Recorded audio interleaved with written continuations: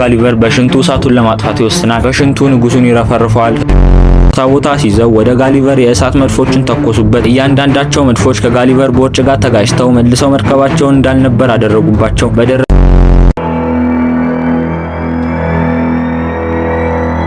ጋሊቨር በኒውዮርክ ከተማ ውስጥ የአንድ ጋዜጣ ካምፓኒ የፖስታ አገልግሎት ሰጪ ሆኖ ይሰራል። አንድ ቀንም ወደ ስራ ቦታው ሲሄድ አዲስ ሰራተኛ ለመቅጠር ኢንተርቪው እያደረገ እንመለከታለን። እናም በመጨረሻ የፈለገውን የስራ ሰው አግኝቷል። የሰውየው ስም ዳን ይባላል። በዛው ቀንም ጋሊቨር ለሰራተኛው መስራት ያለበትን ያሳየዋል። ስራውን እያሳየው ጋሊቨር ለሰራተኛው ዳን ስራህን አርፈ ስራ፣ ትኩረት መሳብ የለብህም ብሎ ይመክረዋል።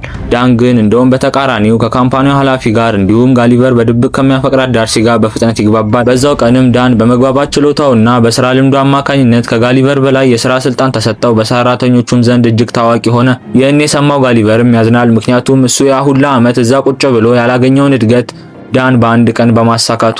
እናም የሥራ ሰዓት ካለቀ በኋላ ጋሊቨር እንደዚሁ በቸልተኝነት ከቀጠለ በህይወቱ ምንም አይነት ለውጥ ማምጣት እንደማይችል ይገነዘባል። ከሩቅ ዳርሲ አምሽታ ስትሰራ ይመለከታል። ወደ ቢሮዋ ይሄዳል። እዛ እንደገባ በአጋጣሚ ፍቅሩን ሊገልጽላት ብሎ እሷ ቀድማ ብዙዎችን በመሄድ የተለያዩ ዘገባዎችን የሚሰራው ጋዜጠኛ ከስራ እንደለቀቀ ትነግረዋለች። እናም የሥራ ቅጥር ወጥቷል። ነገ በጠዋት ኢንተርቪው ማድረግ እንዳለበት ታዘዋለች። የራሱን ስራ የመረረው ጋሊቨር አጋጣሚውን ለመጠቀም እኔ መጻፍ እችላለሁ አላት። ዳርሲም አንተ የት ሄደህ ታውቃለህ ብላ ጠየቀች። ጋሊቨርም ሜክሲኮ እንደሄደ ነግሮ ነገ ጠዋት ጽሑፌን ይዤ እመጣለሁ ብሏት ሄደ። ዳርሲ በሁኔታው ተገርማ በነጋታው ጋሊቨር ይዞት የሚመጣውን ዘገባ ለማየት ተጓጓለች። ጋሊቨርም በውሸቱ ምክንያት ራሱን ትልቅ ችግር ውስጥ ሰጥቶ እቤቱ ይደርሳል። ጋሊቨር እንኳን ዘገባ ሊጽፍ ቀርቶ አንቀጽ ራሱ በቅጡ አይጽፍም። ጭንቀት በጭንቀት የሆነው ጋሊቨር በድንገት አንድ የሚገርም ሐሳብ ብልጭ ይልለታል። ከኢንተርኔት ላይ የተለያዩ ጋዜጠኞች ስለ ሜክሲኮ የጻፉትን ዋና ዋና ሐሳቦች ወስዶ ያበደ ዘገባ ይሰራል። በቀጣዩም ቀን ዳርሲ በጋሊቨር ጽሑፍ ትገረማለች። ይህን የመሰለ እምቅ ችሎታ የትደብቀ ሆኖ ብላ ስራውን ትሰጠዋለች። እናም የመጀመሪያ ስራው ወደ ቤርሙዳ ትሪያንግል መሄድ እንደሆነ ትነግረዋለች። ይህንን ስራ መስራት ያለባት ዳርሲ ነበረች፣ ግን ጋሊቨርን ስላመነችው አሳልፋ እንደሰጠችው እንረዳለን። በስተመጨረሻ ጋሊቨር ስራውን ተቀብሎ ጉዞውን ወደ ቤርሙዳ ትሪያንግል ያደርጋል። እዛ ቢደርስም አስጎብኚው ለጋሊቨር ስለ ቦታው በብዛት አስቀያሚና አስፈሪ ነገሮችን ይነግረዋል። ጋሊቨርም አስጎብኚ የነገረውን የዘገበ እንደሆነ ቱሪስቶች እዛ እንዳይመጡ ስለሚያደርግ ከመዘገብ ይቆጠባል።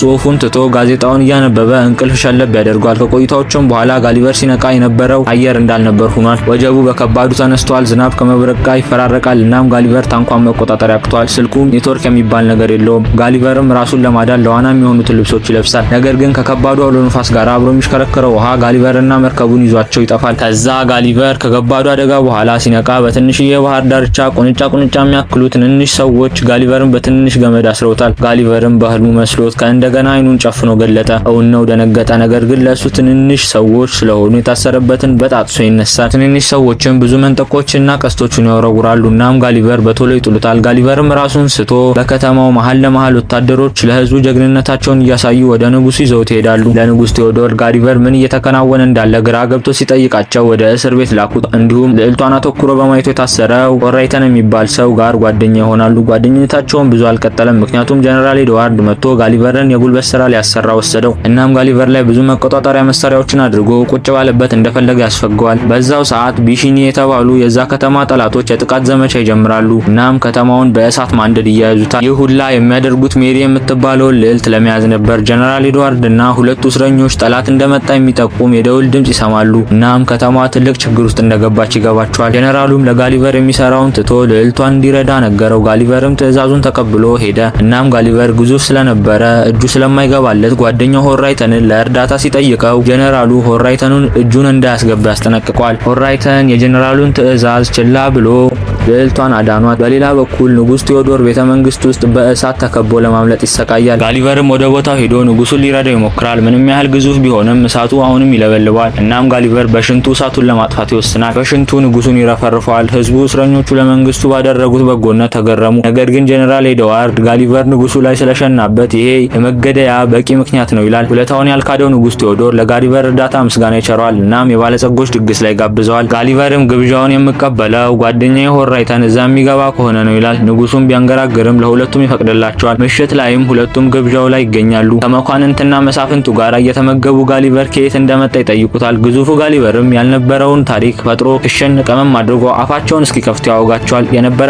ቦታ ንጉስ እንደነበርና ሁሉም የሚያዘው እሱ መሆኑን ከውሸቶቹ ዋና ዋናዎቹ ናቸው። አንድ እውነት የተናገረው እጅግ ዘመናዊ ስለሆኑት ሀገሩ ስለታጠቀቻቸው የጦር መሳሪያዎች ነው። ጋሊቨር የነገራቸውን በአእምሯቸው በመሳል ሲያስቡ እጅግ ያስገርማቸዋል። ጋሊቨርም የነበረው ኃይልና አክብሮት ያስቀናቸዋል። በመጨረሻም ጋሊቨር ወደ መጣበት መመለስ እንደሚፈልግ ነገራቸው። ለመመለስ መርከቡ መገኘት እንዳለበት ሲናገር ንጉስ ቴዎዶር ሰዎቹን እንደሚፈልጉለት ካልተገኘም አዲስ እንደሚሰሩለት ይነግረዋል። ትዕይንቱ ሲቀየር ጋሊቨር ታንኳ እስክትገኝለት ድረስ በቴዎዶር ሰዎች በተገነባለት ለእሱ በሚሆን ቤት ፏ እያለ እንመለከታለን። ከዛ ጊዜ ጀምሮ እዛ ከተማ ያሉ ሰዎች የተለያዩ አስደናቂ ግንባታዎችን ይገነባሉ። እናም ለጋሊቨር ታሪኩን እንዲተርክላቸው የሚገርም መቀመጫ ገነቡለት። ጋሊቨርም ታክሱ ሲያልቅበት ታይታኒክ የተሰራው በእኔ እውነተኛ ታሪክ ላይ ነው ብሎ በሳክስ ግድል እነሱም እንደ ነጭ ወረቀት ምን ጊዜ እያለፈ ሲሄድ ጋሊቨር ለሆራይተን የሚወዳትን ልዕልት ሜሪን እንዲያገኝ ምክር ይሰጠዋል። ነገር ግን ምንም ሆራይተን ልዕልቷን ለማግኘት ቢጥርም ልዕልቷ ከጀነራል ኤድዋርድ ቁጥጥር ስር ናት። ምሽት ላይም ጋሊቨር ጥሩ ዜና ሰማ።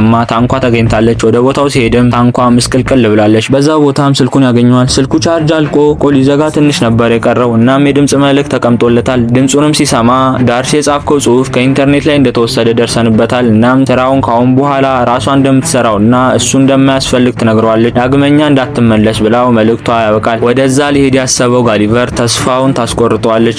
በዛው ምሽት ያዘነው ጋሊቨር ከልዕልት ሜሪ ጋራ የሆዳቸውን እያወሩ ልዕልቷ ስለ ቤርሙዳ የሚዘግበውን ዘገባ ልትጽፍለት ትስማማለች። እናም ጋሊቨር ሀሳቧን ደግፎ አሁን እንደዛ የማይሆን ከሆነ ወደ መጣበት መመለስ እንደማይችል ይነግራታል። ጋሊቨር ሲያስበው አሁን ያለበት ቦታ ላይ የተከበረና ጥሩ ህይወት የሚኖር ሰው ነው። ዳርሲ ቅርታ ካላደረገችልኝ ለምን እሄዳለሁ ብሎ ያስባል። በቀጣዩም ቀን ጀነራል ኤድዋርድ ለንጉስ ቴዎዶር ጋሊቨር ግዛቱን ለቆ መሄድ እንዳለበት ያለበለዚያ እዛ የሚቆይ ከሆነ ህዝቡ ላይ የምግብ ችግር ሊያጋጥም እንደሚችል ይናገራል። ምክንያቱም ጋሊቨር የምግብ ፍጆታው ብዙ እንደሆነ ይነግረዋል። ነገር ግን ንጉስ ቴዎዶር ጋሊቨር ከመጣበት ጊዜ አንስቶ ለህዝቡ እንዲሁም ለመንግስቱ ብዙ ጥቅሞችን እንዳመጣ ነግሮ ይከራከርለታል። ንጉሱም ልዕልት ሜሪ ጥቃት የደረሰባት በጦሩ ድክመት ነው በማለት ጀነራል ኤድዋርድ ወደ ምክትል ጀነራልነት አውርዶ ጋሊቨርን የጦር መሪ ያደርገዋል። ኤድዋርድን በመናደድ የሀገሪቱን የባህር መከላከያ ማማዎች ወደ ባህሩ ያወርዳቸዋል። እናም ከተማዋ አሁን ላይ ለጥቃት ክፍት ትሆናለች። ኤድዋርድን መከላከያ ማማዎቹን ብቻ አይደለም ያጠፋው የሚዋጉበትንም መድፎች ጭምር ነበር። ይህን ያዩት የቅርብ ጠላቶች ይመጣሉ። ምንም መከላከያ የሌለው ጋሊቨር ወደ ውሃው ይገባል። የጠላቶቹ መርከብ ላይ ሄዶ ምንም አይነት ውጊያ አያስፈልግም፣ በሰላም እንኑር፣ እኔ ተዋጋን ላስመስልና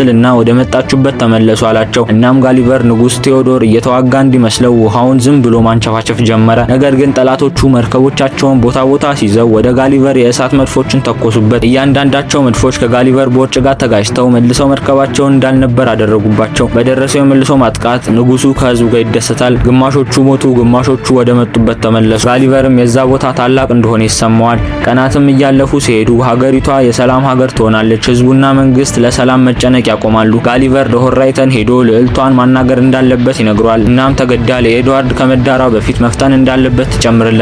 ሆራይተንም ለልዕልቷ ፍቅሩን መግለጽ እንዳለበት ራሱን ያግባባል።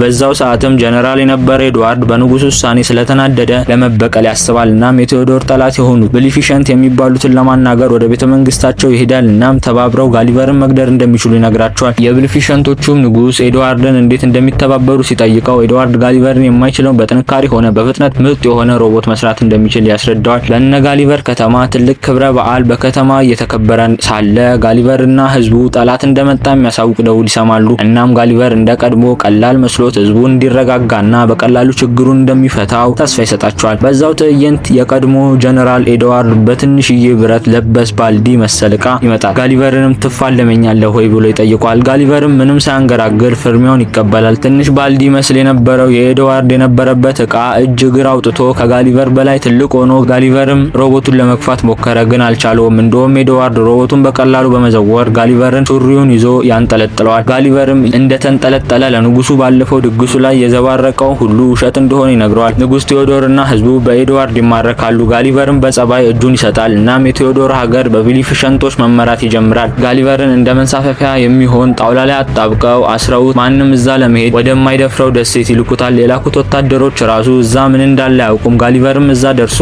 ደሴቷን እየጎበኘ ሳለ በብርጭቆ መሳይ ነገር ይከደንበታል። በዛው ሰዓት ሆራይተን ከልዕልቷ ጋር ጋሊቨርን ለማዳን መሄድ እንዳለበት እያወጋ ነበር። ሆራይተንም ራሱን አደጋ ላይ ጥሎ ወደ ጋሊቨር መንገዱን ይጀምራል። መንገዱም ላይ አንድ ግዙፍ ሴት በወታደሮች ተይዛ ያያል። ስሟም ዳርሲ እንደሆነ ይሰማል። ዳርሲ ምን እየሆነ እንዳለ ግራ ገብቷት በህልሟ እየመሰላት ነው። እናም ዳርሲ የመጣችበት ታንኳ እንደ ጋሊቨር ተጎድቷል። በአስፈሪው ደሴት ጋሊቨር ከእሱ በጣም ከምትገዝፍ ልጅ እንደ አሻንጉሊት እንደፈለገች ትጫወትበታለች። ልጅቷም ጋሊቨር ከዛ የሚወጣ ከሆነ እንደምትገለው ታስፈራረዋለች። ሆራይተንም ጋሊቨር በተያዘበት ማንም በማይደፍረው ደሴት ደረሰ። ጋሊቨርም ያለበት ቦታ ይገባና ንጉስ ቴዎዶር እንደታሰረና አሁንም የእሱን እርዳታ እንደሚፈልግ ይነግሯል። ቀጥሎም ሌላ ትልቅ ሴት በብሊፊሸንቶች እንደተያዘች ይነግሯል።